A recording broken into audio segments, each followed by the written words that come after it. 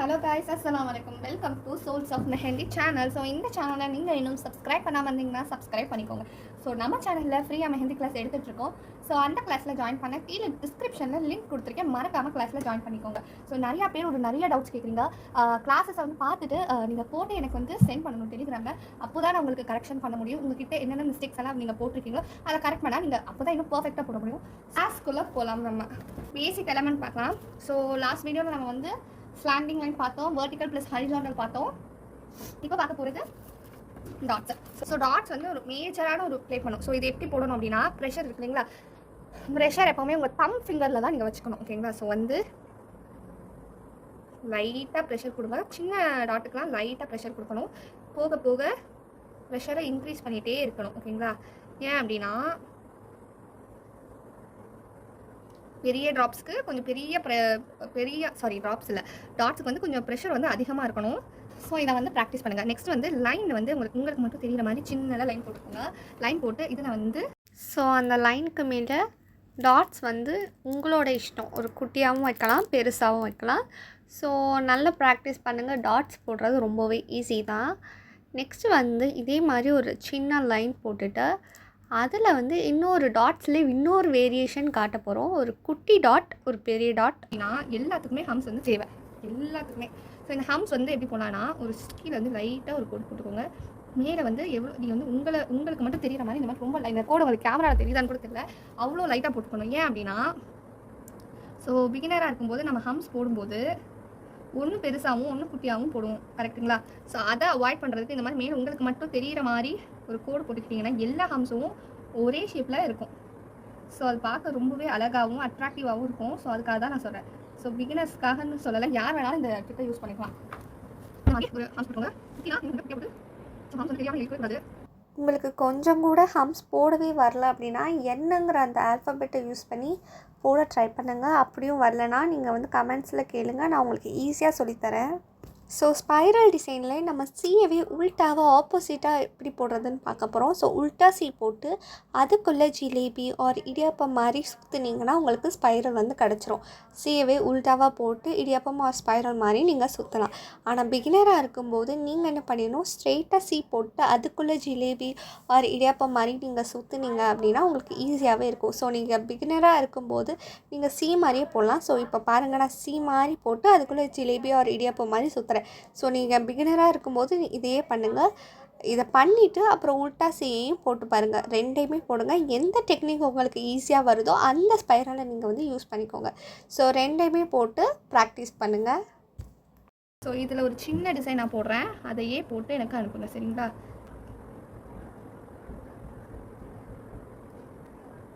So இந்த மாதிரி இந்த பாக்ஸ் ஃபுல்லாக போட்டு எனக்கு அனுப்புவீங்க. நிறைய பேர் பார்க்குறீங்க, பட் போட மாட்டேங்கிறீங்க. போட்டாலும் அனுப்பாமல் இருக்கீங்க. ஸோ அதை அனுப்புங்க. அப்போ தான் நீங்கள் என்ன மிஸ்டேக் பண்ணிட்டீங்க அப்படின்னு எனக்கு தெரியும். அண்ட் நீங்களும் பார்த்தா மெஹந்தி வராது.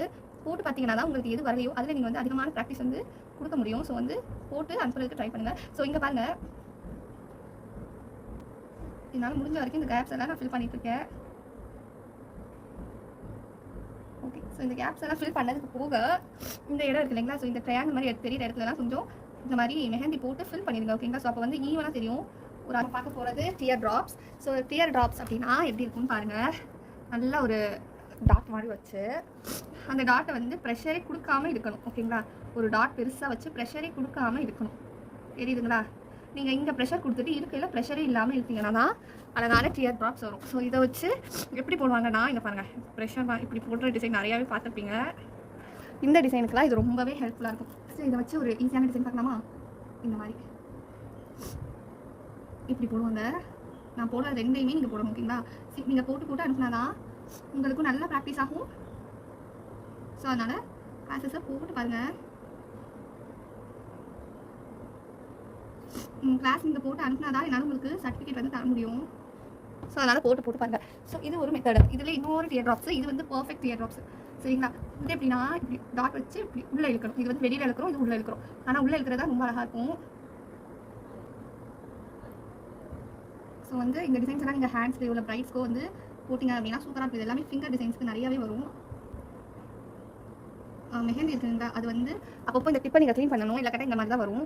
க்ளீன் பண்ணாமல் நம்ம போட்டோம்னா நம்ம அந்த ப்ரெஷர் கொடுத்தோம் இல்லையா, அந்த இடம் என்ன பண்ணிடும், அகெயின் போடும்போது அசிங்கமாக வரும். ஸோ இது வந்து அகைன் ஒன்ஸ் வந்து ட்ரை பண்ணி பாருங்கள். ஸோ வந்து ப்ரெஷர் கொடுத்து உள்ள எடுக்கணும், ப்ரெஷர் கொடுத்து உள்ள எடுக்கணும். ஓகேங்களா? நெக்ஸ்ட் டிசைன் வைன்ஸ் பார்க்க போகிறோம்.